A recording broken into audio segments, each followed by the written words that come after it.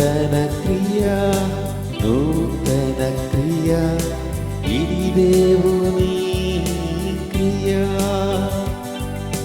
నూతన క్రియ నూతన క్రియ ఇది దేవుని క్రియ. మన యొక్క ధ్యానాంశము స్థిరమైన పునాది అని మనం చూస్తున్నాము. 2వ తిమోతి పత్రికలో 2వ అధ్యాయంలో 19వ వచనం నుంచి మనం చదువుకొని కొన్ని తలంపులు దేవుని వాక్యం నుంచి మనం ధ్యానం చేద్దాము. దయచేసి 2వ తిమోతి పత్రిక 2వ అధ్యాయము 19వ వచనం చూద్దాం. అయినను దేవుని యొక్క స్థిరమైన పునాది నిలకడగా ఉన్నది, ప్రభు తన వారిని ఎరుగును అనున్నదియు, ప్రభు నామమును ఒప్పుకొను ప్రతివాడును దుర్నీతి నుండి తొలగిపోవును అన్నదియు దానికి ముద్రగా ఉంది. చాలు, చిన్న ప్రార్థన చేద్దాం.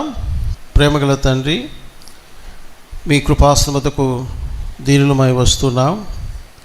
ఇంతవరకు మీ యొక్క ఉన్నతమైన గుణ లక్షణాలు ధ్యానించి ఆరాధించి పూజించే ధన్యత మీరు మాకు ఇచ్చారు. స్తోత్రములు నాయన. తిరిగి మా జీవితాలను మేము ఆత్మికంగా బలపరుచుకోవడానికి, దిద్దుబాటు చేసుకోవడానికి, నూతనపరచబడడానికి మీ లేఖనం దగ్గరకు వస్తున్నాం. మీరు మమ్మల్ని దర్శించండి. వాక్యమైన దేవుడవు, పరిశుద్ధాత్మ ద్వారా మీ లేఖన సత్యాలు మాకు బోధించండి. కేవలం వినువారు మాత్రమై ఉండి మమ్మల్ని మేము మోసపుచ్చుకొనక వాక్య ప్రకారం ప్రవర్తించేటటువంటి జీవితాలు మీరు మాకు దయచేయమని ప్రార్థిస్తున్నాం. మీ దాసుని జ్ఞాపకం చేసుకోండి. అల్పుడను అభిషేకించండి. ఆత్మతో బలపరిచి ఏ మాటలు పలకవలో వాటిని పలుకుటకు సహాయం చేయండి. ప్రతి బిడ్డ హృదయ అంతరంగంలో మీ జీవము గల వాక్యము మంచి విత్తనమని ఫలించినట్లుగా మీరు సహాయం చేయండి. అపవాది తంత్రం లయపరుస్తూ కలువరి రక్త ప్రోక్షలు అప్పగిస్తూ యేసు ప్రభు నామములో స్తుతించి ప్రార్థించి వెళ్తున్నాం తండ్రి, ఆమేన్. పరిశుద్ధమైనటువంటి జీవిత అనుభవాలు మనం గత దినాల్లో ధ్యానం చేశాం. నేను చెప్పాను, చాలామందికి ఆసక్తి లేని అంశము ఏంటంటే సంఘాల్లో, ఈవెన్ సేవకుల్లో కూడా, విశ్వాసుల్లో పరిశుద్ధత అనేటటువంటి విషయంలో పెద్ద ఆసక్తి కనపరచరు. కానీ బైబిల్ మనకు బోధించినటువంటి ఒక లోతైనటువంటి లేఖన సత్యం ఏంటంటే, దేవుడు పరిశుద్ధుడు కనుక మనం కూడా ఏమై ఉండాలి, పరిశుద్ధులై ఉండాలని సెలవిస్తూ ఉంది.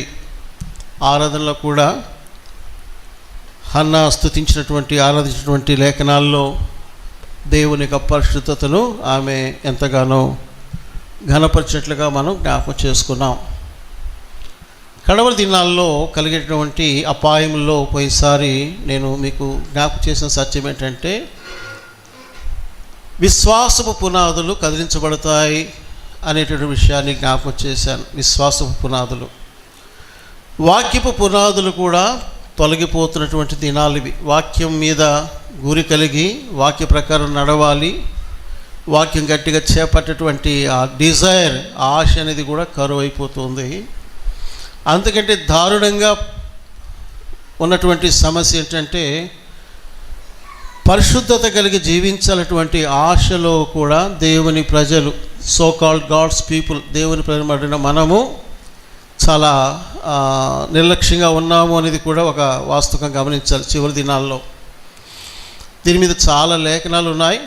అయితే నేను ఈ సమయంలో కొన్ని సత్యాలు మరొకసారి నేను మీకు జ్ఞాపకం చేయాలని ఆశపడుతున్నాను. పిల్లరా, చాలామంది పరిశుద్ధులనగానే కొంచెం భయపడిపోతారు. అమ్మా, మేమంతా పరిశుద్ధులుగా ఉండగలమా అని. వాక్యంలో మనకు చేతగానిది ఎప్పుడు కూడా దేవుడు చెప్పేవాడు కాడు.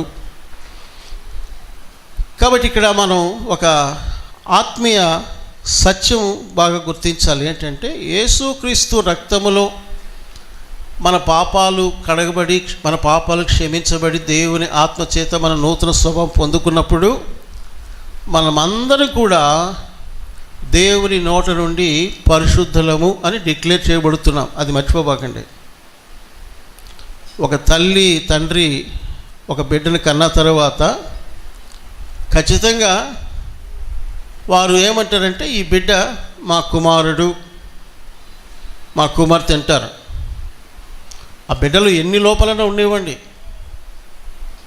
కదా, అంగవైకల్యం ఉన్నా కూడా పుట్టినోడు ఒకవేళ గుడ్డోడుగాను కుంటోడుగాను పుట్టాడనుకోండి మా బిడ్డ కాదంటారు.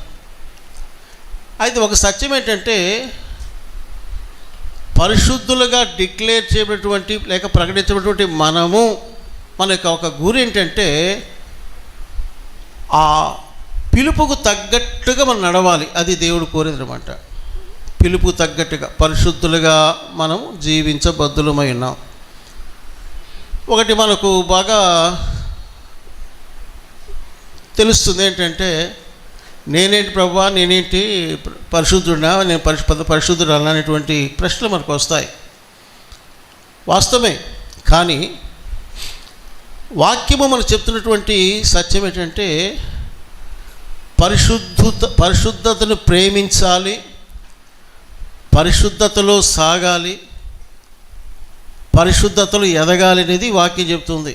అంటే దీని అర్థం ఏంటంటే ఒకే ఒకసారి అందరూ పర్ఫెక్షన్ పొందరు. చెప్పాలంటే ఏ విశ్వాసి కూడా ఏ సేవకుడు కూడా చనిపోయే వరకు పరిపూర్ణత లేక పరిశుద్ధత అనేటటువంటిది సంపూర్ణంగా పొందుకోలేడు. అయితే ఆశ ఏంటంటే పరిశుద్ధతను ప్రేమించుట, పరిశుద్ధతలో కొనసాగుట, పరిశుద్ధతలో ఎదుగుట. ఓకే, నేను ఇక్కడ మీకు ఒక 2-3 లేఖన భాగాలు మీకు జ్ఞాపకం చేస్తాను. నేను తొందరపడి పరుగులు తీయట్లేదు. నెమ్మదిగానే వాక్య సత్యాలు మనం జీర్ణించుకుంటే అది మంచిది. ఇంకొక ఆదివారం పై ఆదివారం కూడా ప్రభు చిత్తంలో నేను ఈ లేఖన సత్యాలను బోధించడానికి ఇష్టపడుతున్నాను. ఒకసారి రోమిలు రాసిన పత్రిక దయచేసి గమనించండి. రోమిలు రాసిన పత్రికలో మొదటి అధ్యాయంలోనికి మనం వచ్చినట్లయితే పౌలు గారు ఏమని సంబోధిస్తున్నాడు అనేది కొన్ని వచనాలు మనం చూడొచ్చు. రోమిలు రాసిన పత్రిక మొదటి అధ్యాయంలో 2వ వచనం, దేవుని సువార్త నిమిత్తము చదవమా ప్రత్యేకింపబడిన వాడు నైనను రోమాలో ఉన్న దేవుని పౌలు రోమాలో ఉన్న దేవుని ప్రియులందరికీ అనగా పరిశుద్ధులుగా ఉండుటకు పిలువబడిన వారికి అందరికీ శుభమని చెప్పి రాయింది. రోమా పత్రిక మొదటి అధ్యాయం 2వ వచనంలో పాల్స్ గ్రీటింగ్స్ చెబుతూ రోమాలో ఉన్నటువంటి విశ్వాసులను ఏమని పిలుస్తున్నాడు అని మనం చూస్తే దేవుని ప్రియులకందరికీ అని చెప్పి, అనగా ఎవరంటే వాళ్ళు పరిశుద్ధులుగా ఉండుటకు పిలువబడ్డది. మీరు కంగారు పడొద్దు. పరిశుద్ధులుగా ఉండాలి అనే పిలుపు దేవుడు మనకి ఇచ్చాడు. ఇది మన గోల్. చనిపోయే వరకు కూడా పరిశుద్ధులుగా ఉండాలి అనేటటువంటిది ఒక పిలుపు. అందుకే యేసుక్రీస్తు ప్రభువారు మనల్ని వెదికాడు, ప్రియులారా రక్షించాడు, నన్ను నిన్ను పరిశుద్ధుడవని పరిశుద్ధురాలవని ప్రకటించాడు. ఎందుకంటే ఆయన ఆశ ఏంటంటే కుమారుడా కుమార్తె నిన్ను పరిశుద్ధుడని పరిశుద్ధురాలని నేను ప్రకటించాను కదా. సో ఇప్పుడు నువ్వేం చేయాలి చెప్పండి? పరిశుద్ధులుగా మీరు ఉండాలి, అందుకే మీరు పిలువబడిన వారు అని చెప్తున్నాడు. మరి కొన్ని లేఖన భాగాలు కూడా మనం చూద్దాం.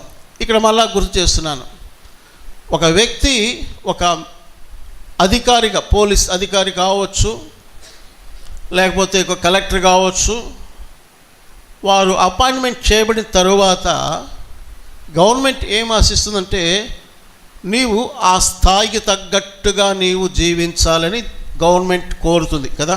ఫర్ ఎగ్జాంపుల్ ఎస్పీ అయ్యాడు, ఐపీఎస్ పాస్ అయ్యి, ఏమండి ఒకవేళ ఆయనే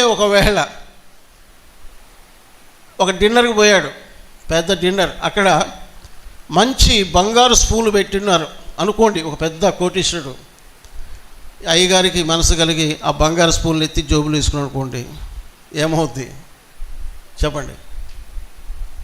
అది తన పిలుపులకు తగినటువంటి క్రియ కాదు. దొంగలు పట్టుకోవాలా? మీరు అనొచ్చు, ఏమన్నా ఎస్పీలు అధికారులు కోటీశ్వరులు ఇళ్ళలో స్పూన్లు తీసుకుంటారంటే నేను కొన్ని చోట్ల చదివా. ఏంటంటే ఎస్పీలని కాదు కానీ కోటీశ్వరులు కూడా వాళ్ళ డిన్నర్కి వెళ్ళినప్పుడంట ఆ బంగారు స్పూన్లు కోటీశ్వరులు, ఆయన కోటీశ్వరుడే మళ్ళా తీసుకుపోతారంట. ఎందుకంటే అది వాళ్ళకు హాబీ అంట. నేను బంగారు స్పూన్ కొట్టేసానని ఆనందిస్తాడంట. అదొక సంతోషం వాళ్ళకి. ఉన్నారు. మా ఇంట్లో కావుంది, అంతకుముందు చెప్పాను మీకు, పేరుద్దులే. హోటల్స్లో దిగి లాడ్జెస్లో దిగి ఇంటికి వస్తే ఆమె ఏం చేస్తుందంటే చిన్న చిన్న స్టీల్ కప్పులు తీస్తుంది, కూరగిన్నెలు. దాని మీద ఏముంటుందంటే అమరావతి లాడ్జ్ అని ఉంటుంది, లేకపోతే ఉడిపి హోటల్ ఉంటుంది. అంటే అర్థం ఏంటి? ఎంత తెచ్చింది అమ్మాయి? అమ్మ ఎక్కడి నుంచి ఆవిడ పట్టుకొచ్చింది. ఏంటి ఆ 20 రూపాయలు 10 రూపాయల స్టీల్ కప్? మళ్ళీ మా నాయన ఎవరు? Police sub inspector. అర్థమవుతుందా మీకు? కాబట్టి పిలుపు ఉంది, దేవుడు మనకు టైటిల్ ఇచ్చాడు రక్షించుకొని. సో అంతవరకు బాగానే ఉంది. కానీ నెక్స్ట్ పొజిషన్ ఏంటంటే పరిశుద్ధులుగా ఉండుటకు మనం పిలువబడిన వారము అనేది మర్చిపోతున్నాం. మన పిలుపు మర్చిపోతున్నాం. అందుకని ఒకసారి ఇంకొక మాట కూడా మీరు చూడండి. కొరింథీ మొదటి పత్రికలో 1వ అధ్యాయములో 2వ వచనం. అందరూ చదువుతారా? నాతో చదవండి. కొరింథీలో ఉన్న దేవుని సంఘమునకు అనగా క్రీస్తు యేసునందు పడిన వారై పరిశుద్ధులుగా ఉండుటకు పిలువబడిన వారికిని మనకును ప్రభువుగా ఉన్న మన ప్రభు అయిన యేసు క్రీస్తు నామమున ప్రతి స్థలములో ప్రార్థించు వారికి అందరికీ శుభమని చెప్పి వ్రాయినది. ఓకే, ఇక్కడ మీరు గమనిస్తే కొరింథీలో ఉన్న దేవుని సంఘమునకు, కొరింథీలో ఉన్న దేవుని గమనించాల. గూడూరు అంటే ఒక ప్రార్థన మందిరమే సంఘం అనుకోబాకండి. గూడూరులో ఉన్నటువంటి సంఘమును కంటే గూడూరు పట్టణంలో ఎంతమంది ప్రజలు ప్రభువును రక్షకుడుగా అంగీకరించి రక్షించబడిన వారుగా, నీతిమంతులుగా తీర్చబడిన వారుగా ఉన్నారో వారందరూ వస్తారనమాట. అందుకని మనం సార్వత్రిక సంఘము అని గుర్తించాలి. ప్రపంచ దేశాల్లో ఎక్కడైనా సరే, ఏ భాష వారైనా సరే, వారు ఆరాధించే విధానాలు ఎన్ని రకాలుగా ఉన్నా సరే కూడాను యేసు రక్తంలో కొనబడిన వారందరూ కూడా దేవుని ప్రియులు, దేవుని ప్రజలు, దేవుని సంఘం. అందుకని మన మందిరానికి నాకు పేరు ఏంటంటే సార్వత్రిక క్రైస్తవ ప్రార్థన మందిరం. We have to love all the Christian believers. రక్షించబడిన వారు, అబద్ధ సిద్ధాంతాలు కాదు, రక్షించబడిన వారందరినీ మనం ప్రభు బిడ్డగా ప్రేమించాలి, గౌరవించాలి, అంగీకరించాలి. ఈ మా గ్రూపు కాదు, ఈ తత్వములో ఉండకూడదండి. సరే, ఇక్కడ మీరు బాగా గమనిస్తే కొరింథీలోనున్న దేవుని సంఘమునకు అనగా క్రీస్తు యేసునందు నెంబర్ 1 పరిశుద్ధపరచబడిన వారై. అది మనం అందరం ఎవరమై? యేసు క్రీస్తునందు ఆయన రక్తం వలన కావచ్చు, పరిశుద్ధాత్మ వలన కావచ్చు, వాక్యం వలన కావచ్చు, పరిశుద్ధపరచబడిన వారమై. నెక్స్ట్ ఏంటి? నెక్స్ట్ స్టెప్ ఏంటంటే పరిశుద్ధులుగా ఉండుటకు పిలువబడిన వారు. అది గుర్తుపెట్టుకోండి చాలు. పరిశుద్ధులమే. ఇలా చాలా వాక్యాలు ఉన్నాయి. కాకపోతే చెప్పే మాట ఏంటంటే, నువ్వు ఎందుకు రక్షించబడ్డావు? గాడ్స్ పర్పస్, దేవుని యొక్క ఉద్దేశము, దేవుని యొక్క సంకల్పము ఏమై ఉన్నది అనంటే పరిశుద్ధులుగా జీవించాలి అనేది దేవుని యొక్క వాక్యం చెప్తున్నటువంటి సత్యం కదా. ఇది అర్థమైంది మీకు కదా. ఇప్పుడు ఒక బిడ్డ పుట్టాడు, తల్లిదండ్రులకు ఆశ ఏంటి? ఆ బిడ్డ ఆరోగ్యకరంగా చక్కగా ఎదిగి మంచి విద్యాభ్యసించి మంచి జాబ్లో మంచిగా రాణించాలని తల్లిదండ్రులు ఆశిస్తారు. అది తప్ప? ఎవరు తప్పండ్రు. అలాగే నువ్వు ప్రభు బిడ్డవయ్యావు. ఒకప్పుడు లోకంలో, పాపంలో, చీకట్లో పనికిమాలిన బ్రతుకు బ్రతికావు, దౌర్భాగ్యకరమైన స్థితిలో జీవించావు. కానీ యేసు నిన్ను క్షమించాడు. ఏమండి, మన పాపాలని క్షమించాడు. తగినట్టుగా ఆయన క్షమించుడు కానీ సిద్ధమని మనసు గలవాడు, కనికరం గల దేవుడు ఆయన. ప్రభు బిడ్డమయ్యాం. ఓకే, ఇంతవరకు బాగానే ఉంది చాలామంది జీవితాల్లో. కానీ ఎందుకు రక్షించుకున్నాడు దేవుడు నన్ను, ఇది మర్చిపోతున్నాం. అందుకని మనం గుర్తించవలసిన సత్యం ఏంటంటే, ఇలా ఈ పత్రికలో కొన్ని చోట్ల పౌలు గారు పరిశుద్ధులుగా ఉండటకు అనే మాట, లేక పరిశుద్ధులు అనే మాట వాడుతూ వచ్చాడు. కొన్ని చోట్ల విశ్వాసాలు రాశాడు. సరే, అది పక్కన పెట్టేసేస్తే, ఇప్పుడు యోధా పత్రికలో కూడా ఒక మాట ఉంది. అది ఒకసారి మనం చూస్తే మంచిది. యోధా పత్రిక ఒకే అధ్యాయం అది. కాబట్టి యోధా పత్రికలో ఒక వచనాన్ని మనం చూద్దాం. వచనం వచ్చేసేసి 20 వచనం చూడండి. 20 వచనం, యోధా పత్రిక 20. అందరూ చదవండి. ప్రియులారా, మీరు విశ్వసించు అతి పరిశుద్ధమైన దాని మీద మిమ్మును మీరు కట్టుకొనొచ్చు, పరిశుద్ధాత్మలో ప్రార్థన చేయొచ్చు, నిత్య జీవార్థమైన మన ప్రభు యేసుక్రీస్తు కనికరము కొరకు కనిపెట్టచ్చు, దేవుని ప్రేమలో నిలుచున్నట్లు కాచుకొని ఉండుడి. ఇక్కడ ఏం కనబడుతుంది మీకు? మీరు విశ్వసించు అతి పరిశుద్ధమైన దాని మీద. ఇక్కడ అతి పరిశుద్ధమైన మాట వాడాడు. ఒక ఆయన ఎవరో స్పీకరు మాట్లాడుతుంటే విన్నాను. అతి పరిశుద్ధం అని ఎక్కడుందంటే ఇది ఇక్కడ ఉంది నాకు తెలిసి. అతి పరిశుద్ధమైన దాని మీద. అతి పరిశుద్ధం, ద మోస్ట్ హోలీ ఫౌండేషన్. అంటే ఫౌండేషన్, అది మన ఫౌండేషను అతి పరిశుద్ధమైనది. ఏంటది? యేసు ప్రభువే. ప్రభునే యేసుక్రీస్తే మనకు పునాది. ఆయన పరిశుద్ధుడు, ఆయన అతి పరిశుద్ధుడు. ఏమండి, ఆయన యొక్క వాక్యము, ఆయనందుల విశ్వాసము అన్నీ కూడా అతి పరిశుద్ధమైనవి. ఈ రోజుల్లో విశ్వాసమైన మన కళ్ళు కొంచెము చెత్తవారం వచ్చింది. క్యాట్రాక్ట్, కళ్ళకు సరిగా కనబడడంలే, చూపు మందగించింది. ఏ చూపు మందగించింది అంటే, లోకాన్ని మనం బాగా తేటగా చూడగలుగుతున్నాం, కానీ పరలోకమందునటువంటి దేవుని యొక్క పరిశుద్ధతను చూచేటటువంటి నేత్రాలు మనము కోల్పోయిన వారంగా మనం కనబడుతున్నాం. ప్రియులారా, యెషయా 6వ అధ్యాయంలో మనం చూసినప్పుడు ఆయన కళ్ళు తెరవబడ్డాయి. దేవుడు ఎవరు చూశాడు? ఎవరైనా సైన్యములకు అధిపతి యెహోవా పరిశుద్ధుడు, పరిశుద్ధుడు, పరిశుద్ధుడు అని ఆయన కీర్తించబడుతున్న, ఆరాధించబడినటువంటి గొప్ప దేవుడు అండి. కాబట్టి నేను చెప్పే మళ్ళీ ఒకటి ఏంటంటే, మనం పరిశుద్ధులమే. సైతాన్ వచ్చి మాట్లాడినా వాడికి మొహమే చెప్పండి, నేను పరిశుద్ధురాలనే చెప్పండి. లోకస్ అంటారు, అబ్బా నువ్వు పెద్ద పరిశుద్ధురాలమ్మా, నువ్వు పెద్ద పరిశుద్ధుడు అంటారు. అవును, పరిశుద్ధులమే. వహి అంటే నన్ను బట్టి కాదు బాబోయ్, నేను చెత్త. ఎందుకు నేను పరిశుద్ధులయ్యానంటాను? నా కొరకు కలవరి శిలువలో నా పాప శాపము భరించి గాయపరచబడి బలియాగమైన యేసు ప్రభు యొక్క రక్తమును బట్టి, నామమును బట్టి, పరిశుద్ధాత్మను బట్టి నేనేమయ్యాను? పరిశుద్ధుడు. దాంట్లో ఏం సందేహపడబాకండి, ఏం సందేహపడద్దు, దిగులు పడబాకండి.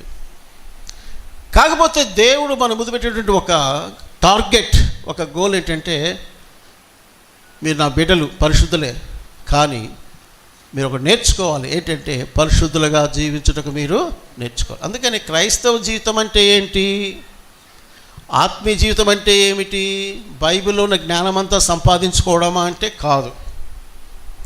క్రీస్తుని పోలి నడుచుకునేదే మన టార్గెట్, మన గోల్. అందుకని పోయినసారి చెప్పాను, పుట్టబోవు శిశువు ఏమైంటాడు? పరిశుద్ధుడై దేవుని కుమారుడు అనబడను. ఎవరైనా ప్రభు అయినా యేసుక్రీస్తు వారు. పరిశుద్ధత అంటే ఒక నిర్వచనం చెప్పాను, యేసు ప్రభువే. యేసుక్రీస్తును పోలి ఉండడమే పరిశుద్ధత. పరిశుద్ధులు ఎవరంటే, మీరు బాగా నోట్ చేసి పెట్టుకోండి, క్రీస్తును పోలి జీవించేవారే పరిశుద్ధులు. మేము పరిశుద్ధులుగా తీర్చబడ్డాం, ఓకే, కానీ నువ్వు పరిశుద్ధుడుగా, పరిశుద్ధురాలుగా జీవిస్తూ ఉన్న వ్యక్తివేనా అంటే చాలామంది దగ్గర నో ఆన్సర్, జవాబు లేదండి. ఈ రోజులో దేవుని యొక్క ఆశ ఏంటంటే మనమందరము ప్రభు యొక్క ప్రత్యక్షతలో పరిశుద్ధులముగా నిలబడాలి, నిర్దోషులుగా నిలబడాలి, మడత మచ్చ డాగు కళంకం లేని వారు నిలబడాలని యేసు ప్రభు యొక్క ఆశ. అందుకనే ఆయన మన వాక్యం అనేటటువంటి ఉదకం అనగా నీటితో ఆయన స్నానం చేపిస్తూ ఉన్నాడు. మొహం కడుక్కోమని చెప్పలా, కాళ్ళు కడుక్కో చెప్పలా, ఏం చేపిస్తున్నాడు ఆయన? స్నానం. అంటే టాప్ టు బాటమ్, తలకాడ నుంచి కాళ్ళ దాకా స్నానము. ఎప్పుడు? ప్రభు వచ్చే వరకు స్నానం చేయాలి, క్లీన్గా ఉండాలి, పరిశుద్ధంగా ఉండాలి. ఏమండి, పెళ్లి కుమార్తెగా మనం సిద్ధపరచుకోవాలి, అలంకరణ చేసుకోవాలి. ఈ రోజుల్లో చాలామంది గోల్ ఏంటంటే యేసు రోజు చేస్తున్నాడు ఈ సెప్టెంబర్ నెలని. సెప్టెంబర్ నెలని ఏముంది, ఇప్పుడైనా రావచ్చు, నెక్స్ట్ ఇయర్ రావచ్చు, ఎప్పుడు వచ్చినా కూడా సిద్ధం. అందుకని తేదీలు ఎవరు నమ్మబాకండి. తేదీలు నమ్మమని ప్రభు చెప్పాలా, బైబిల్ లేదు అది. ఓకేనా? ఎంత గొప్ప ప్రవక్త అంటే సరే. అయితే ఒకటి, ప్రభు వస్తాడు. 24 వస్తాడా, సెప్టెంబర్ 25 వస్తాడా, ఏమో 26 వస్తాడేమో, నాకేం తెలుసు. నెలాఖరులో వస్తాడేమో, నాకేం తెలుసు. కానీ ఒకటి మాత్రం వాస్తవం అండి, మీకు గుర్తుపెట్టుకోండి, కొంచెం పక్కబూతు అనుకోబాకండి. ప్రపంచంలో జరిగే సంభవాలన్నీ కూడా ఇవి ప్రసవేదనలు. నొప్పులు పడుతుంది ఒక స్త్రీ అంటే, నొప్పులు పడుతుంటే అర్థమైంది, కాసేపటికి ఒక బిడ్డను కంటుందని ఒక సూచన కదా. అట్లాగే ఇప్పుడు యేసు చెప్పిన సూచనలు కూడా నొప్పులు. ఈ ఎన్నేళ్ళు ఈ నొప్పులు ఉంటాయో అనగా ఈ సూచనలు ఇంకా కంటిన్యూ అవుతాయో తెలియదు, కానీ మొత్తం మీద చాలా చాలా దగ్గరగా ఉన్నాం. అందుకని ఇజ్రాయేల్ చుట్టూ ప్రపంచ దేశాల యొక్క వ్యతిరేకత చూస్తున్నాం. 3వ దేవాలయం యొక్క నిర్మాణం గురించినటువంటి వార్తలు బాగా వింటున్నాము. ఏమండి, క్రైస్తవ సేవకులు విశ్వాసులు హింసించబడుతున్నారు, సేవకులు చంపబడుచు ఉన్నారు, వార్తలు మనం వింటూ ఉన్నాం. ప్రతిరోజు అనేక మంది ప్రభు కొరకు హతసాక్షులైపోతున్నారు. భారతదేశం కూడా ఒకప్పుడు సమాధానకరంగా ఉన్నటువంటి దేశము హింసాత్మకమైన క్రైస్తవులు హింసించే దేశంలో టాప్లోకి వెళ్ళిపోయింది. అటువంటి దేశంలో మనం ఉన్నాం ప్రియులారా. కాబట్టి గమనించండి, ప్రభు ఎప్పుడైనా రావచ్చు. అందుకే నేను ఎప్పుడు ఒక ఉదాహరణ చెప్తాను. తోటమాలి తన తోటను ప్రతిరోజు క్లీన్గా పెట్టుకుంటాడు. ఎందుకని? నా యజమానుడు ఎప్పుడు రానివు, ఈరోజు వస్తాడా రానివు, రేపా రానివు, నేను సిద్ధంగా ఉన్నాను, ఈ తోటంతా కూడా కలుపు మొక్కలు లేకుండా ఏమీ లేకుండా క్లీన్గా పెట్టుకున్నాను చెప్తాడు కదా తోటమాలి. మనం అలా ఉండాలి తప్ప డేట్ పెట్టుకుని అప్పుడు చూసుకుందాంలే, అప్పుడు దిద్దుకుందాంలే అని దయచేసి ఎవరు కూడా మోసపోవద్దండి. కాబట్టి ఇక్కడ గమనించవలసిన సత్యం ఏంటంటే, మీరు విశ్వసించు అతి పరిశుద్ధమైన దాని మీద మిమ్మల్ని మీరు కట్టుకోవాలి అనేటటువంటి ఈ లేఖన భాగాన్ని కూడా మనం గమనించాలి. ఇప్పుడు ప్రియులారా, పరిశుద్ధత అంటే దేవుడు నాకు కొన్ని లేఖన ప్రత్యక్షతలు ఇచ్చాడు. ఇది మనం చక్కగా గ్రహించగలిగితే ఇంతవరకు మనకున్నటువంటి పరిశుద్ధత అనేటటువంటి అభిప్రాయంలో ఖచ్చితంగా కొంత మార్పులు అనేవి రావడం ఖాయం. ఎప్పుడంటే నువ్వు బాగా విని ఆత్మలో గ్రహించి హృదయంలో అంగీకరించగలిగితే ఇది వాస్తవమే అని నీకు అర్థమవుతుంది. ఎందుకు ఈ మాట చెప్తున్నానంటే, ఈ దినాల్లో విశ్వాసులు కావచ్చు, నాయకులు కావచ్చు, అంటే నాలాంటి సేవకులు కావచ్చు, పరిశుద్ధత అంటే వాళ్ళకు ఉన్నటువంటి ఒక చిన్న కోణం, అది తప్పు కాదు, కరెక్టే, కానీ అక్కడే అయిపోతున్నారండి. అక్కడే ఎట్లా అంటే, పరిశుద్ధులుగా ఉండడం అంటే ఏంటి అర్థం? నేనే పాపం చేయను, పలానా వాళ్ళతో నేను తిరగను, పలానా చోట నేను పోను, ఆత్మీయ నియమాలతో నేను బతుకుతున్నాను. ఇవన్నీ తప్పు అని ఎవరు అనరు, అన్నీ కరెక్టే. కానీ నాలో పరిశుద్ధాత్మ దేవుడు చెప్తున్న ఒక మాట చెప్పమంటున్నాడు. మరి ఇది ఎంతమంది వింటారు ఆన్లైన్లో, మీరు ఎంతమంది గ్రహిస్తారో నాకు తెలియదు, కానీ ఇది మాత్రమే పరిశుద్ధత అనుకుంటే అర్థం ఏంటంటే నీవు చీకట్లో ఉన్నట్టు లెక్క. అంటే మీరు మళ్ళీ వేరే అపార్థం చేసుకోకండి. అంటే ఏంటంటే నేను ప్రత్యేకంగా జీవించాల్సిన అవసరం లేదంటే ఖచ్చితంగా జీవించాలి, కానీ నేను అందరిలాగా నేను ఈ పాపం చేయను ఆ పాపం చేయను అంతే నేను పరిశుద్ధుడు అని అనుకోవడం, అది చెప్పాలంటే 100 పాయింట్లలో ఒక 5 పాయింట్లు మాత్రమే నువ్వు చేసావు. ఎన్ని పాయింట్లు? అవుట్ ఆఫ్ 100 పాయింట్స్ 5 పాయింట్లు చేసావు అంటే అర్థం ఏంటంటే పరిశుద్ధతలో you are missing other 95 points. 95 పాయింట్లు నువ్వు గ్రహించలేదు, గుర్తించలేదు. అర్థమవుతుందా? నువ్వు పొందింది ఎంతంటే పరిశుద్ధులుగా ఉండుటకు అన్న మాటలో నువ్వు పొందింది లేక ఎదిగింది ఎంతంటే 5%, 5% నువ్వు ఎదిగావు అని నేను దేవుని వాక్యం బట్టి నేను మీకు చెప్తున్నాను, నా సొంత తలంపుతో కాదు, దేవుని వాక్యం బట్టి. ఇప్పుడు పరిశుద్ధత అంటే క్రీస్తును పోలి నడుచుట అని ఒక మాట చెప్పాను, బాగానే ఉంది. అయితే నేను పరిశుద్ధ గ్రంథములో ఆది కాండములో నుంచి ఒక గొప్ప సెయింట్ అనొచ్చు, పరిశుద్ధుడుగా జీవించినటువంటి ఒక భక్తుని యొక్క జీవితాన్ని నేను మీకు ఈ కోణం నుంచి మీకు గుర్తు చేస్తాను. తెలియని వ్యక్తే కాదు, వినని విషయాలేం కాదు, కానీ మనం చూసే కోణము ఒక యాంగిల్లో, ఈ పరిశుద్ధత అనేటువంటి యాంగిల్లో ఈ వ్యక్తి ఎలా ఉన్నాడు అనేటటువంటి ఒక పరిశీలన మనం చేయాలి. ఇప్పుడు అతని పేరు మీరు చెప్పాలి. ఎవరమ్మా? అయ్యా యోసేపు, జోసెఫ్, నో డౌట్. ఇక్కడ నాకు ఆశ్చర్యం కలిగించే విషయాలు ఏంటంటే ధర్మశాస్త్రము లేదు కదా, ధర్మశాస్త్రం లేకుండా భక్తులుగా ప్రకాశించిన వారిలో నెంబర్ 1 జోసెఫ్, యోసేపు. తర్వాత అబ్రహాము ఉన్నాడు, అవన్నీ వేరే. కానీ చెప్పాలంటే స్పాట్లెస్ అంటే మచ్చలు లేకుండా స్వచ్ఛమైన ముత్యంలాగా వెలుగుగా ప్రకాశించిన స్టార్ ఎవరంటే జోసెఫ్, యోసేపు అని చెప్పాలి. ఈ రోజులో ఉన్నటువంటి ఒక పెద్ద సమస్య ఏంటంటే మనకు బోల్డెంత మంది బోధకులు ఉన్నారు, స్పెషల్ మీటింగ్స్ ఉన్నాయి, బైబిల్ చేతిలో ఉంది, పూర్తి బైబిల్ చేతిలో ఉంది. ఏమండి, అయినా కూడా యోసేపుకున్నటువంటి అనుభవంలో మనకున్న అనుభవం ఎంతంటే చిటికెడే. అదే ఆశ్చర్యం. ధర్మశాస్త్రం లేదు, భక్తులు లేరు, సంఘ సహవాసాలు లేవు, అయినా కూడా యోసేపు ఒక దివ్యమైన నక్షత్రం వలె పరిశుద్ధతలో ప్రకాశించిన వ్యక్తి అని చెప్పడంలో ఎలాంటి సందేహమే లేదు. అది నేను ఎప్పుడు చెప్తాను, నాకు ఇష్టమైన క్యారెక్టర్స్లో జోసెఫ్ ఒకడు, డానియల్ ఒకడు, ఇద్దరు నాకు చాలా ప్రియమైనటువంటి వ్యక్తిత్వాలు. మిగతా వాళ్ళు కాదని కదా, కానీ వాళ్ళ విషయంలో నాకు ఎందుకో చాలా ఇష్టతని కలిగి ఉన్నాను ప్రియులరా కదా. కాబట్టి ఈరోజు నువ్వేమంటావంటే అన్నా లేక అంకుల్ నేను ఇట్లా పాడైపోయాను, నేను చెడిపోయాను. ఎందుకు పాడైపోతున్నావు? ఎందుకు చెడిపోతున్నావు? బైబిల్ లేదు నీ చేతిలో, సంఘం లేదా, బోధకులు లేరా? మనోళ్ళు ఒక పాట పాడారు, ఎరిగినే చెడిపోతిని. తర్వాత ఏదయ్యా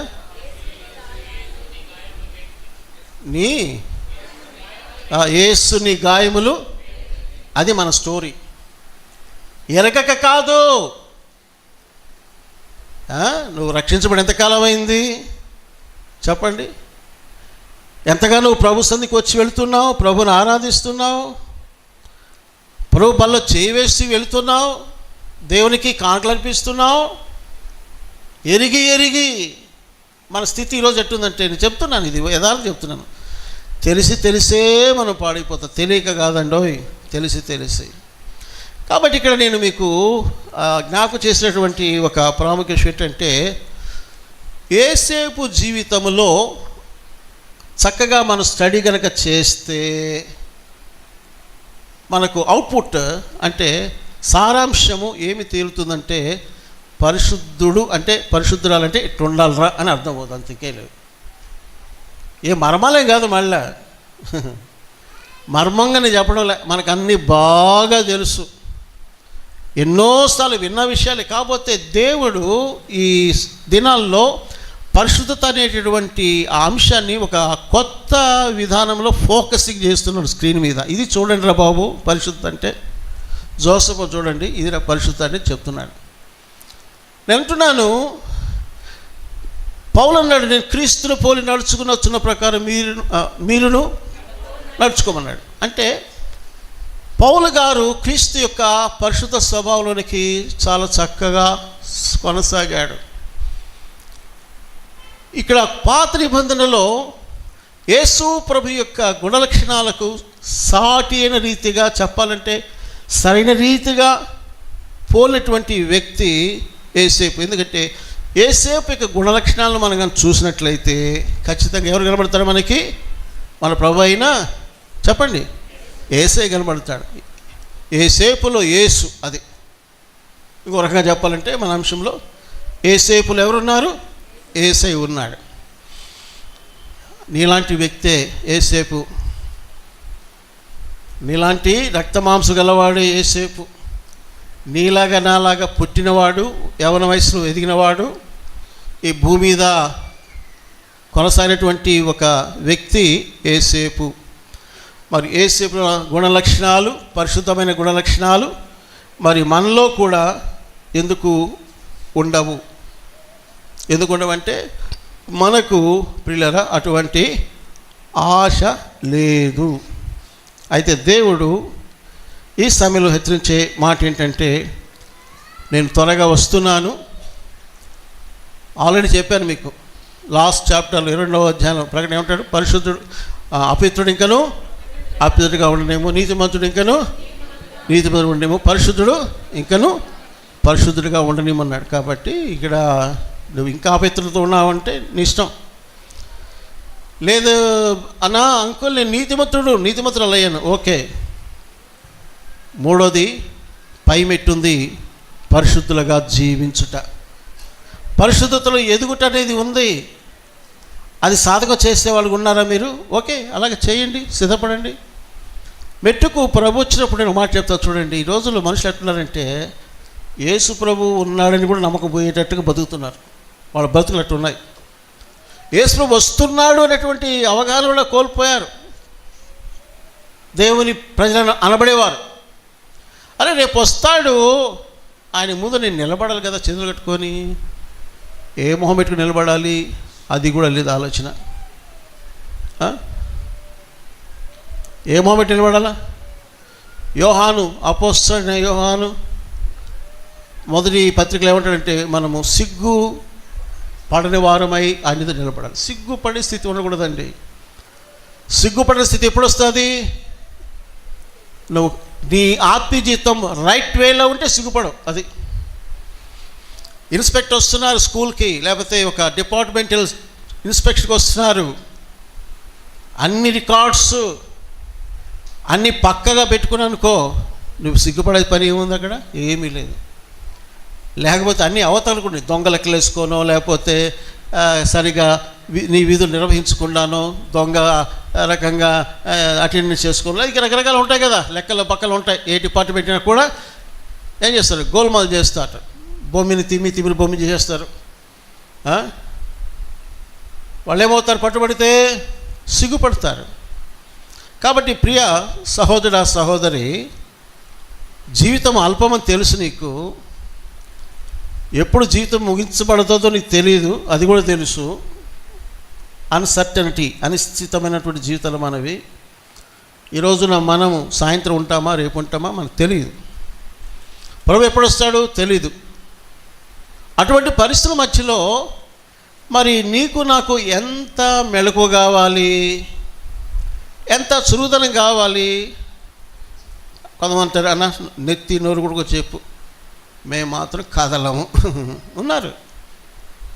ఇక్కడ వింటూ కూడా కొంచెం మంచిగా నిద్రపోయిన వాళ్ళు ఉంటారు ఇక్కడ, నాకు తెలుసు.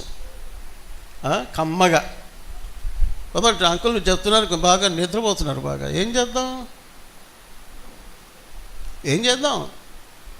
ఆసక్తి లేని ప్రజలు, భయం లేని ప్రజలు, సిద్ధపాటు లేని ప్రజలు ఎక్కువైపోతున్నారు పిల్లరా. కాబట్టి ఇక్కడ నేను కొన్ని లేఖన సత్యాలు అనగా యోసేపు జీవితంలో ఎలా ఆయన పరిశుద్ధుడిగా జీవించాడు చెప్పడానికి, పరిశుద్ధుడు అంటే ఇలా ఉండాలి, ఈ గుణ లక్షణాలు ఉంటేనే పరిశుద్ధతలో ఎదిగేవారని చెప్పడానికి నేను ఇష్టపడుతున్నాను. అంతేగాని నేను చాలా నియమంగల్లా నేను చెప్పాలంటే పరిసయ్యులు శాస్త్రులు చాలామంది ఉన్నారు సంఘాల్లో. పరిసయ్యులు శాస్త్రులు మా నియమాలు మా పద్ధతులు వెరీ స్పెషల్, మిగతా వాళ్ళందరూ పనికిమాలినోళ్ళు.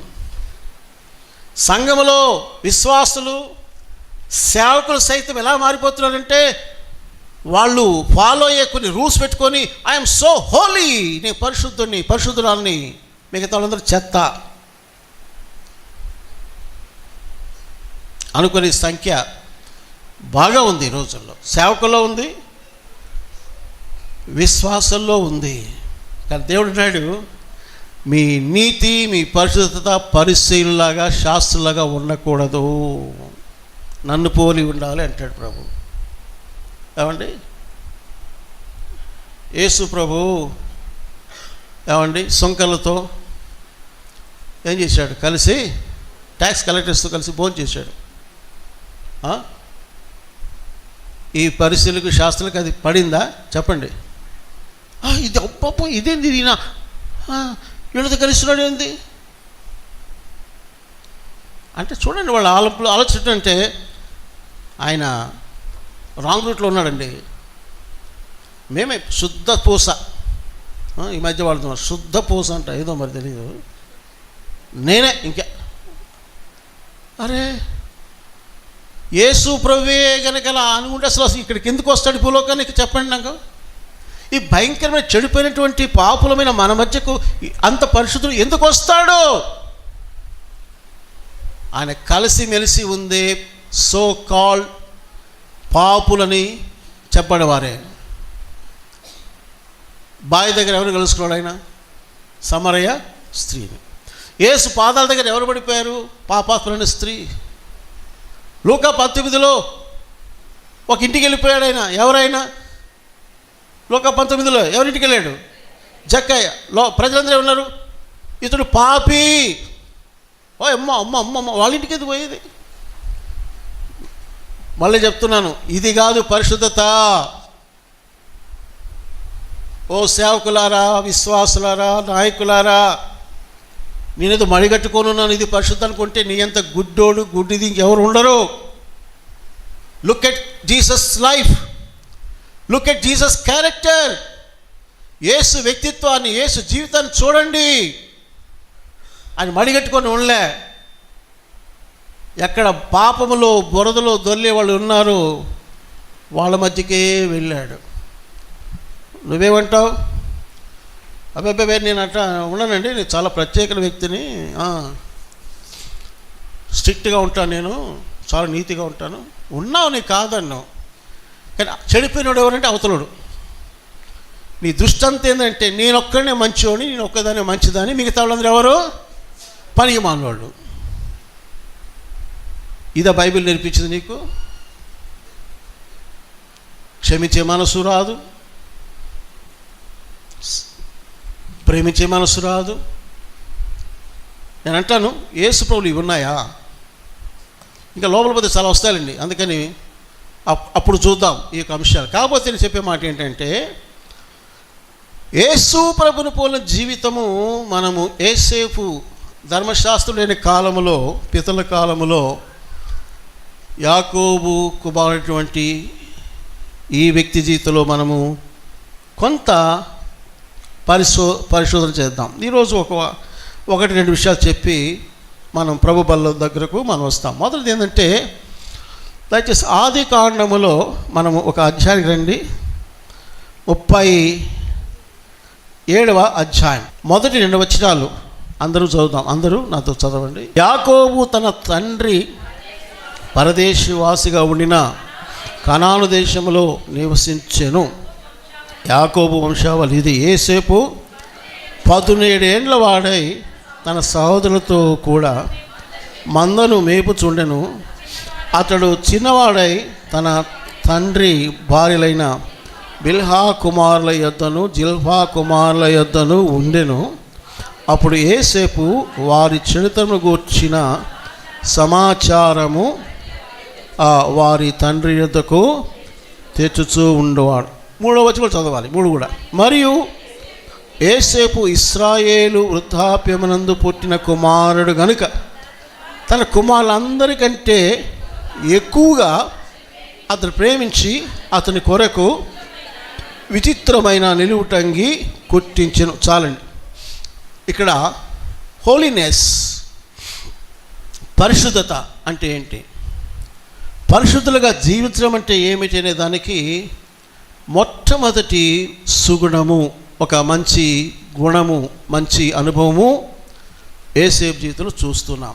ఇక్కడ చదివిన లేఖన భాగాల్లో యోసేపు యొక్క వయసు ప్రస్తావించబడినట్లుగా మనం చూడొచ్చు. ఎంత వయసు ఆయనకి? 17 సంవత్సరాలు. ఎన్ని సంవత్సరాలు? 17 years. 16 అంటేనే స్వీట్ 16 అంటారు. అంటే 16 దాటాడు, 17కి వచ్చాడు. ఓకేనా? నేను ఒక మాట అడుగుతా, ఒక్కసారి మీ ఫిల్మ్ ఒకసారి వెనక్కి వేసుకోండి. అంటే ఏంటంట, నీవు 16 ఏళ్ల వయసులో 17 ఏళ్ల వయసు ఎలా ఉన్నావు, ఎలా జీవించావు,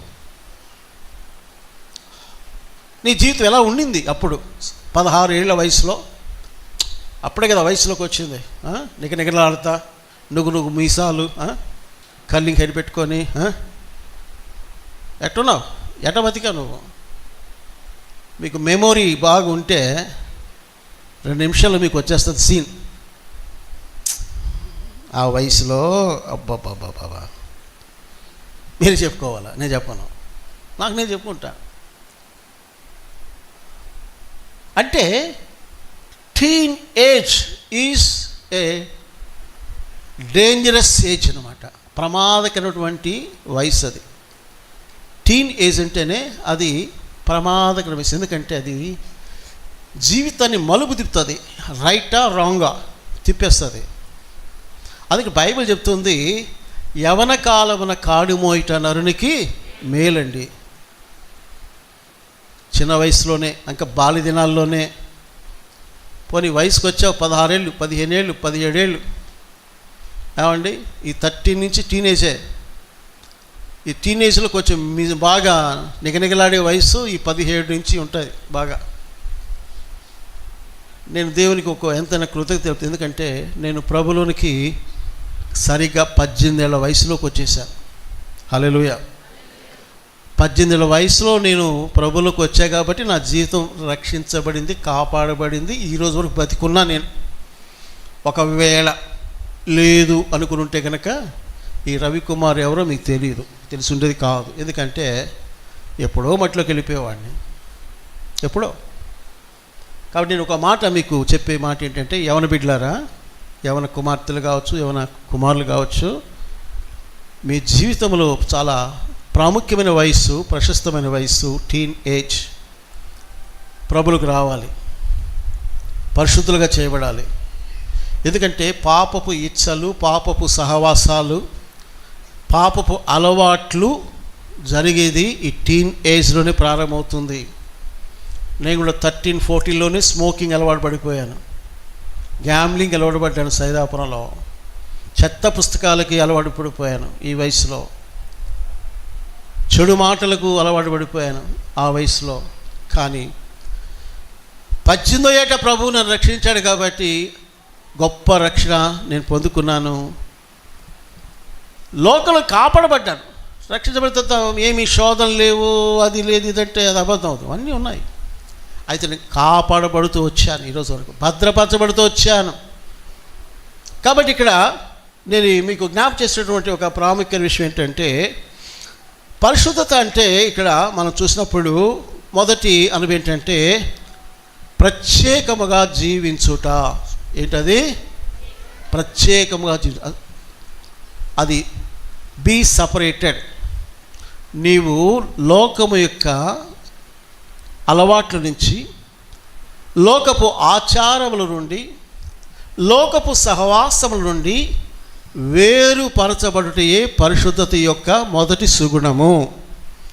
ఆది కాండంలో మనం చూసినట్లయితే సృష్టి నిరాకారముగా ఉంది. చీకటి అగాధుల మీద ఏర్పడినప్పుడు ఆ పరిశుద్ధ ఆత్మదేవుడు ఇక జలం మీద అల్లాడుతున్నప్పుడు దేవుడు చేసిన మొదటి కార్యం ఏంటంటే లెట్ దేర్ బి లైట్, వెలుగు కలుగునుగాక అన్నాడు. అక్కడ ఒక మాట ఉంది, దేవుడు వెలుగును చీకటి ఏం చేశాడు? వేరుపరచెను. హల్లెలూయా. రక్షణ అంటే సపరేషన్, వేరుపరచబడుట.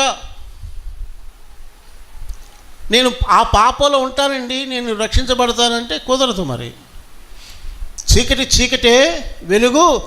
అందుకనే పేతురు అంటాడు, ఇదిగో మనము చీకటిలో నుండి ఎక్కడికి వచ్చాం? మార్వెలస్ లైట్, ఆశ్చర్యకర వెలుగులోకి మనం వచ్చామంటాడు. నిజమండి. ఆ పాపపు చీకటి ఎంత ఘోరమైంది, ఎంత భయంకరమైందంటే ఏం బతుకు గబ్బుతో కూడా బతుకది.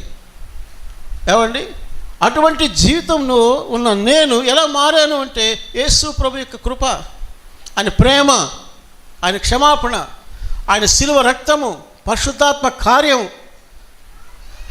లేకపోతే రోజుకి నేను డబ్బులుంటే 2-3 సినిమాలు కూడా వెళ్ళిపోయేవాడిని. అంత పిచ్చి.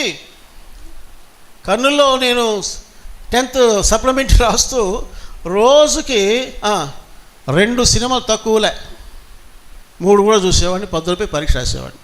అది ఎట్లా రాసినా మళ్ళీ మీకు చెప్తా.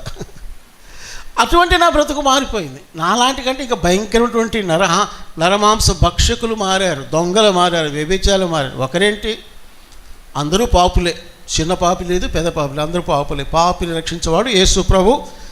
ఆయన చీకటిలోంచి మనల్ని వెలుగులోకి పిలిచినవాడు దేవుడు. కాబట్టి ఇక్కడ యేసేపు జీవితంలో మనం నేర్చుకోవాల్సినటువంటి ఒక గొప్ప పరిశుద్ధ సూత్రం ఏంటంటే ప్రత్యేకముగా ఉండాలి అనేది మీకు జ్ఞాపకం చేస్తున్నా. ఈ ఒక్క మాట గుర్తుపెట్టి ఈరోజు ఇంతే చాలు. ఏంటి పరిశుద్ధం అంటే ఏంటి చెప్పండి? ప్రత్యేకంగా ఉండాలి, ప్రత్యేకంగా ఉండాలి.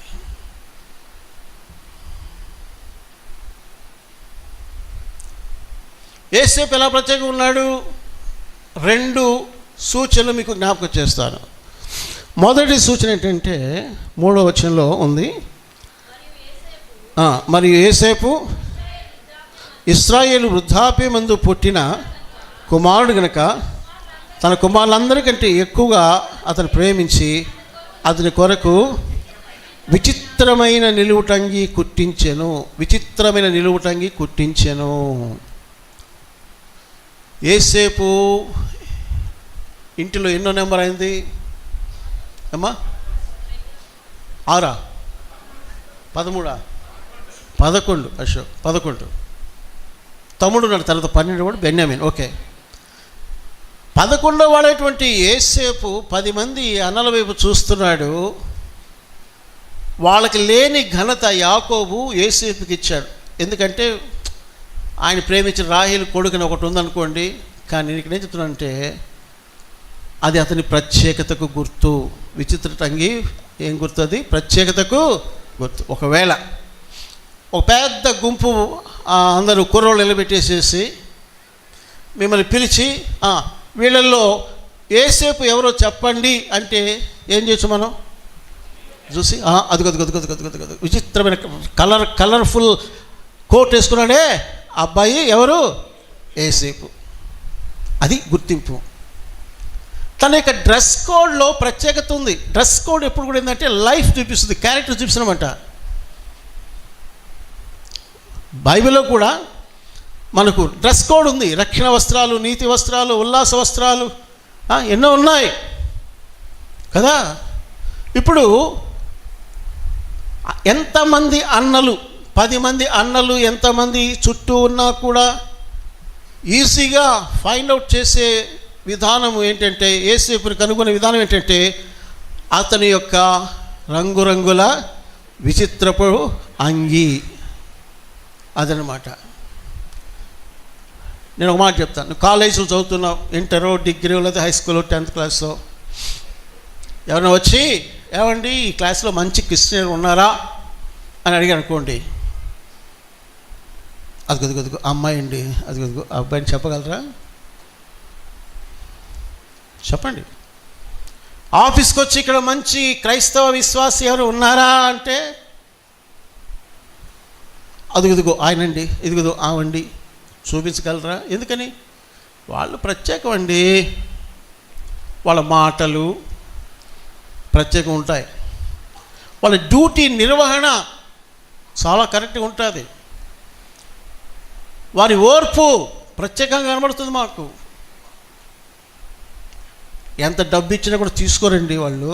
క్రిస్టియన్స్ అండి, దే ఆర్ ట్రూ క్రిస్టియన్స్.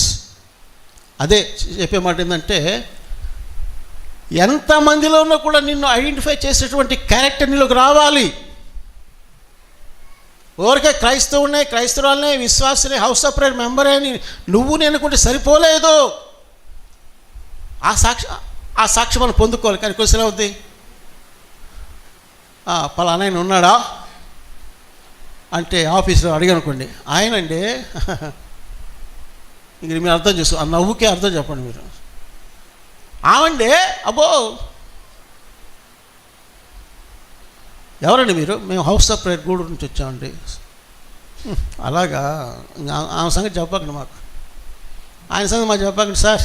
ఏదో ఉన్నాళ్ళండి మీ మెంబరే అంటారేమో కదా. ఎందుకంటారన్నమాట?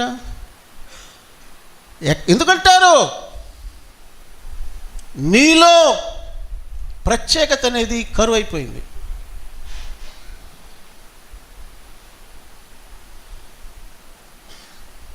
అన్నిట్లో ప్రత్యేకత కనబడాలి.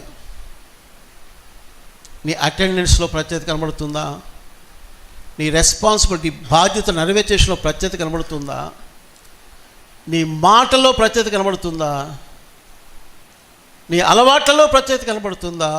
అంటే అవునండి అని చెప్పగలిగి ఉండాలి. అంతేగాని అది అంతే ఉందిలేండి సార్, ఈ రోజుల్లో అన్నీ మామూలుగా పోవాలనుకుంటే ఇంకా అది ఏం చెప్పలేను నేను.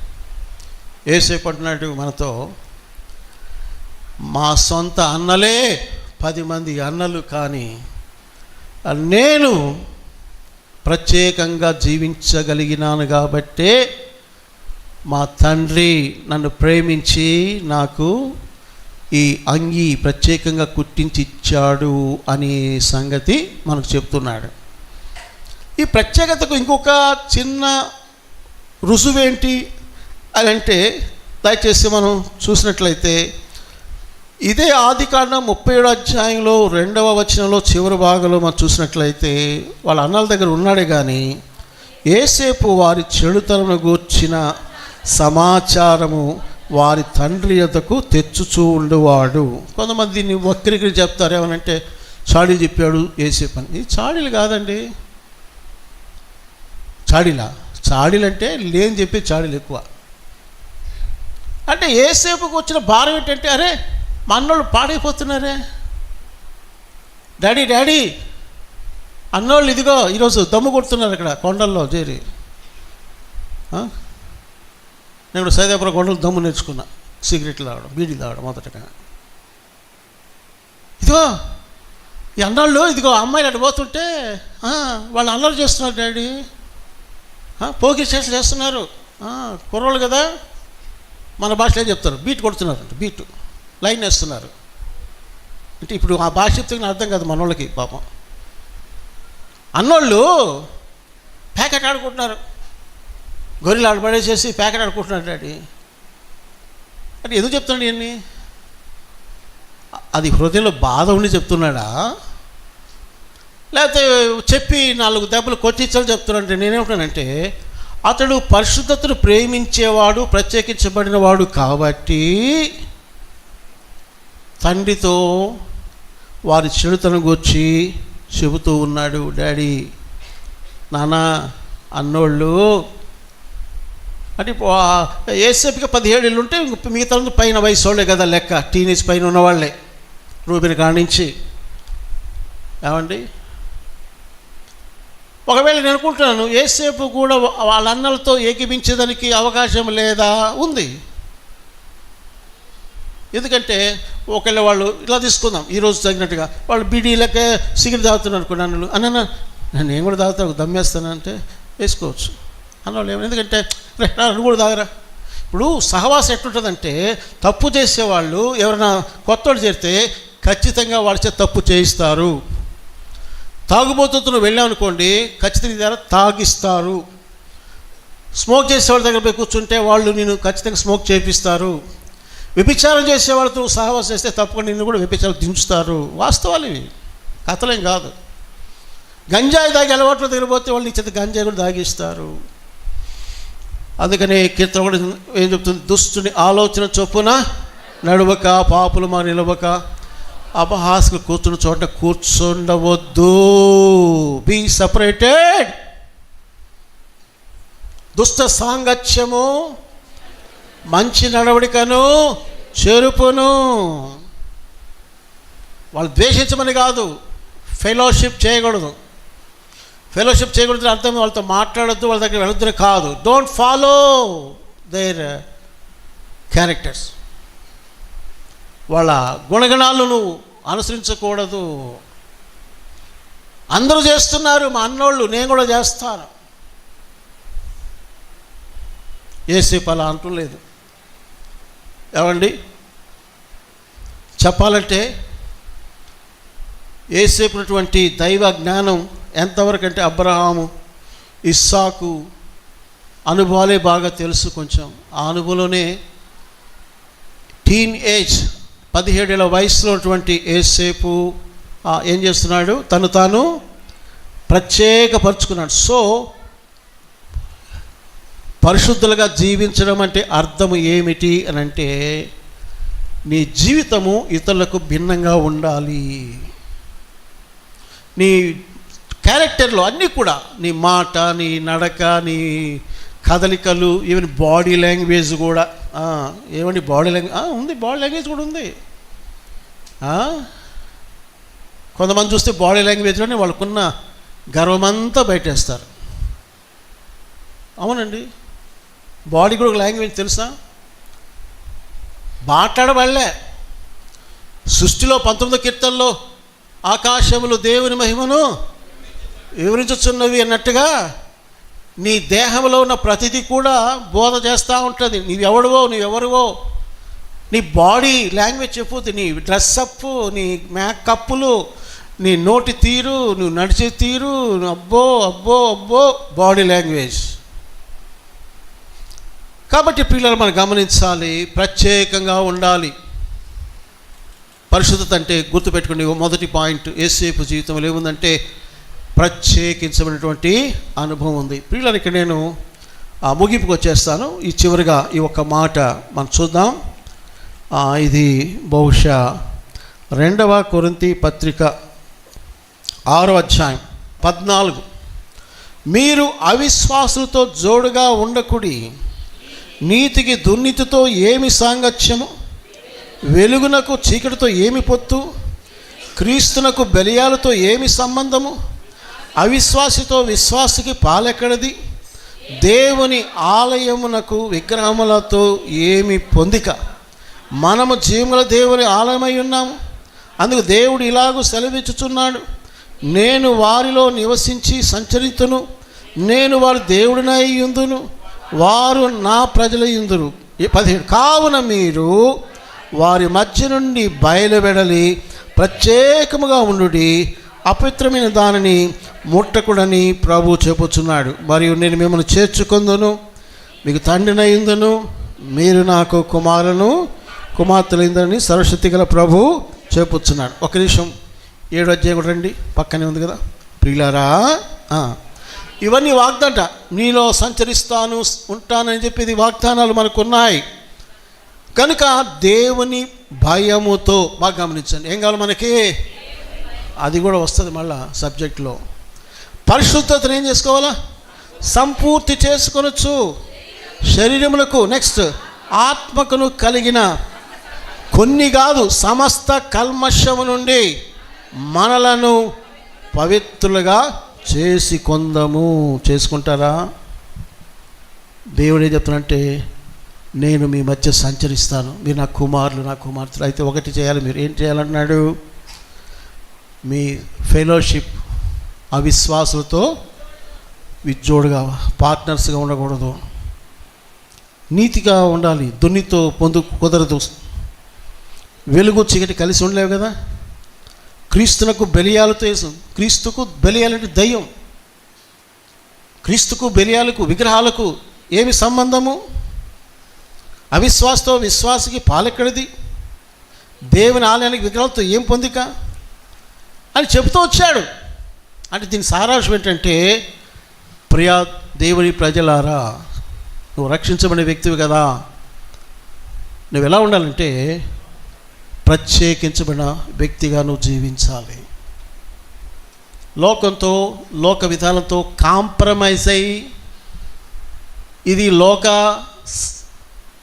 పద్ధతే కదా, తప్పేంట్లే అనుకున్నట్లయితే నువ్వు ప్రమాదంలో పడిపోయినట్టే లెక్క.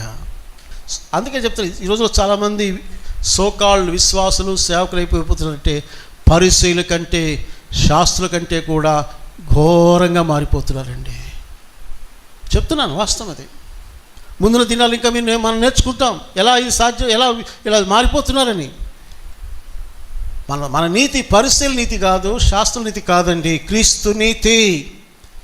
ఆయన పాపుల మధ్యలో ఉన్నాడు కానీ ఆయన వారిలో చేరక ప్రత్యేకంగా ఉన్నవాడు. వారిని దైవ మార్గంలో నడిపించిన వాడే తప్ప వారితో రాజీ పడిపోయినవాడు కాడు. నీ స్నేహితులు మంచోళ్ళు కాదు, అయినా కూడా వారిని ప్రేమించి క్రీస్తును ప్రకటించాలి. అంతేగాని వారితో పాటు నేను జాయిన్ అయిపోయి వాళ్ళలాగా ఉంటాననుకుంటే అది అపవాది మోసం. కాబట్టి ఈ సమయంలో పరిశుద్ధతకు ముంగుర్తుగా యేసేపు చూస్తున్నాం. ఎందుకు చూస్తున్నామంటే యేసేపులో యేసు ప్రభు ఉన్నాడు. ఆ మొదటి లక్ష్యం ఏంటంటే గుర్తుపెట్టుకోండి, జీవించుట. నీలో నాలో పరిశుద్ధాత్ముని క్రియా, నీలో నాలో పరిశుద్ధాత్ముని క్రియా, ఇది దేవుని నూతన క్రియా, ఇది దేవుని నూతన క్రియా.